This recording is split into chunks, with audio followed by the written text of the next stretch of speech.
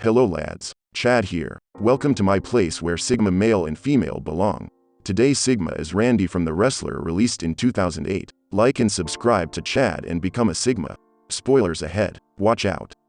This film opens with numerous magazines and newspaper articles from the 80s, all of which feature Randy, the Ram, Robinson. He is a major professional wrestling star. The story continues into 20 years later, where Randy is ready for a match in a small, local auditorium on the underground circuit, but ironically, he is given a meager payday. He goes home to find he has been locked out of his trailer for not paying his rent. He then goes to his manager's office, but he ignores him. Randy decides to fall asleep in the back of his van. His glory time has over and now he's just a lonely old man. But he's quite famous among the kids. Randy goes to meet his manager and asks for unlocked of his trailer, but the manager says to pay his rent first. He begs for open his trailer for a minute to take an ice for his sore back. Awfully, he ignores him and closes the door. He comes to see his old friend, Wayne, for job. He gives him a job to load the boxes. On weekend, he's doing a small match with young others wrestlers and the newcomers. The promoter handles all the terms. It shows that Randy will against Tommy, realizing the fact that he isn't young anymore and strong like he used to. Tommy then comes to meet him. They discuss a scenario about their wrestling show. Before the show starts, Randy puts a small piece of a razor blade in his wrist bandages. And their turn comes. All the fans are yelling around to support them. They ready to fight, but suddenly, blood comes from his hand because of the razor that stabbed his pulse. The referee decides to finish the match, but Randy won't. Tommy attacks him down and throws his head like dead. Randy then uses a razor to cut himself on the forehead to draw blood, making it like a real one, and the crowd's getting electrified. According to scenario, Randy hits Tommy with everything he got. Randy drags him into the middle of the ring and does his famous leap for the final match. The fans lose it. This is what they wanted. The Ram Jam and the money shot. Afterward, Randy's manager comes to meet him. He offers to pose a 20th anniversary rematch with his most notable opponent in Ring of Honor, Wilmington. Randy agrees to make the second history, hoping this kind of high-profile match could help him get back to the top. Later that night, he goes to a strip club to visit a stripper named Cassidy. Randy overhears in another room a few obnoxious young guys calling Cassidy an old hag. Randy steps in and pushes them around to go out. It proves that he offered to use her service. For Cassidy, Randy isn't only a customer but he also a good friend. Sometimes later, he follows the same way like his friend, hardcore wrestler, by using various weapons on each other, including thumbtacks, staple guns, barbed wire and glass that make a match is going to be particularly brutal. After the match, he stumbles backstage and is seated in a chair where doctors fervently sew him up and remove the staples. The pain is excruciating and he gags a few times from the pain. After the doctors are finished and he is alone in his dressing room, he walks over to his locker, but before he can even open it, he stares intently at his left arm, vomits twice and passes out. Randy wakes up in a hospital. The doctor comes and tells him that he suffered a heart attack that necessitated a bypass operation. His doctor warns him that unless he cuts out the steroids and stops wrestling, his life could be in danger or even die. He doesn't even care about it and keeps continuing to be a wrestler. He goes out of the hospital and no one picks him up. He uses a cab to take his van. What a life. Then he goes to pay his back rent and the trailer park manager takes the padlock off his door. He immediately falls asleep. He is such a lonely old man. The next day, following the doctor's advice, he tries to take it easy. To entertain himself, he invites a neighbor kid over to play a video game of wrestling, featuring Randy himself, on an old Nintendo console. He slowly goes for a jog, even he's not strong enough to do it.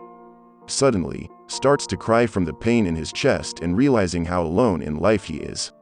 He heads back to the strip club and tells Cassidy about his heart attack. Cassidy breaks one of her rules by agreeing to meet Randy outside to talk. As the conversation happens, Randy tells her how alone he feels, and she suggests he should try to rekindle a relationship with his daughter. At first, he is hesitant, but then he finally agrees.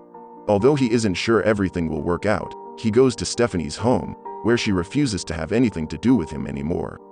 She yells at him for never being there during her childhood and walks away. Randy straightly tells her that he suffered a heart attack and wants to fix all the things. In response, she says that he only comes around when he needs something from somebody. She thinks he is such a selfish and bad figure dad. She then leaves him alone.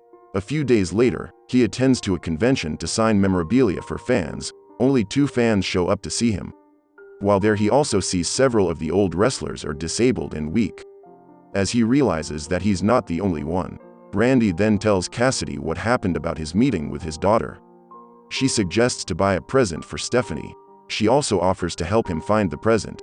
The next morning, Randy is waiting for Cassidy in front of a resale clothes store when she pulls up an old pickup truck. He compliments her by saying she looks good cleaned up. They go inside the vintage shop and look at clothes to buy Stephanie. Even Randy is her father, but he has no idea what his daughter's fashion tastes like. Cassidy then tells him to do what he thinks is right. Outside of the store, he asks her if she wants to go have a beer, but she declines. Randy insists and asks her why she can't, then she tells him the truth if she has a son. He then runs to his van and comes back with an old Randy the Ram wrestling action figure and tells her to give it to her son. She finally accepts his offer to drink a beer. In the bar, she tells him that she is planning to move and stop being a stripper. As they talk and reminisce about the 80s and how lousy things are now, and Randy eventually kisses her. At first, she fully embraces him, but then suddenly pushes him away, slams her beer and leaves him. He decides to work at deli counter and immediately gets into the swing of things. He actually seems to enjoy himself taking care of the customers in cutting meat and frying chicken. And it's to get money for Survive. He calls the promoter and tells him that he can't do the rematch against the Ayatollah because he has retired. He also tells his friends that he cancels the match. They are really disappointed about his decision, even the ticket has sold out.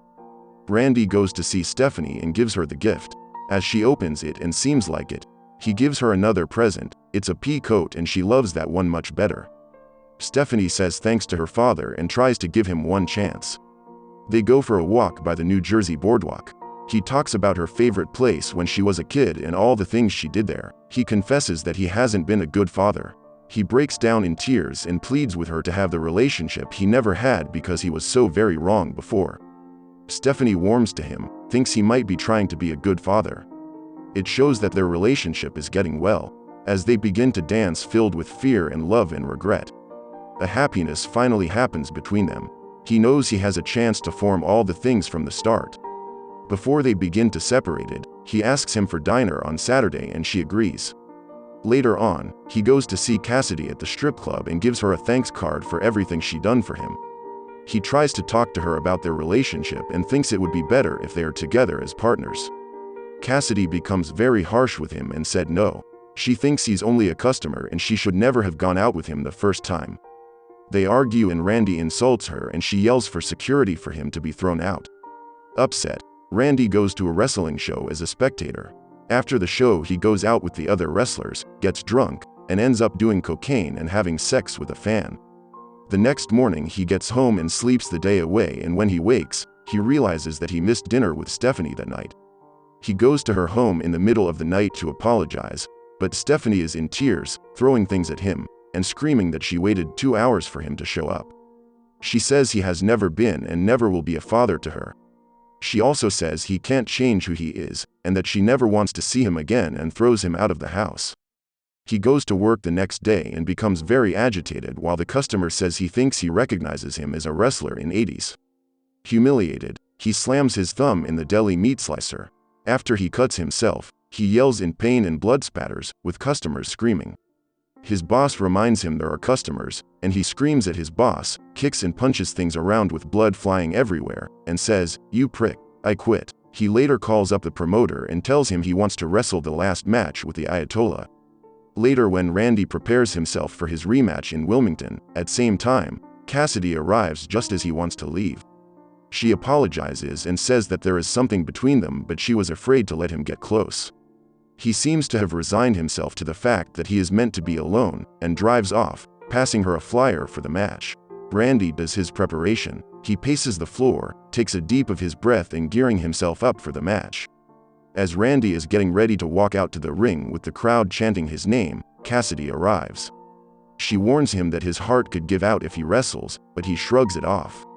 And he says that the real world doesn't care about him, and the only place he belongs is in the ring. Cassidy then tells him she wants to be with him, but he heads to the ring as Sweet Child O' Mine by Guns N' Roses blares out. The match begins, and the crowd is into it. Ayatollah begins to attack him like dead. As it progresses, Randy starts to deviate from the planned match. Concerned, Ayatollah asks if he's alright. As the match winds down, he feels his heart giving out, and he can barely stand. Ayatollah realizes this and tries to end the match to save his life, but Randy refuses to stop. He looks into the crowd, but he can't see Cassidy. Finally, Randy climbs to the top rope to deliver his signature, Ram Jam, finisher. His face covered in tears and sweat, then leaps off the top rope when his heart ready to burst. He gives everything he can for the last time. Even for a Sigma like Ram, life may be hard, but a Sigma will not give up and will continue to live his life regardless of how life treats him. Time's up, lads. A Sigma will like and subscribe. Chad out.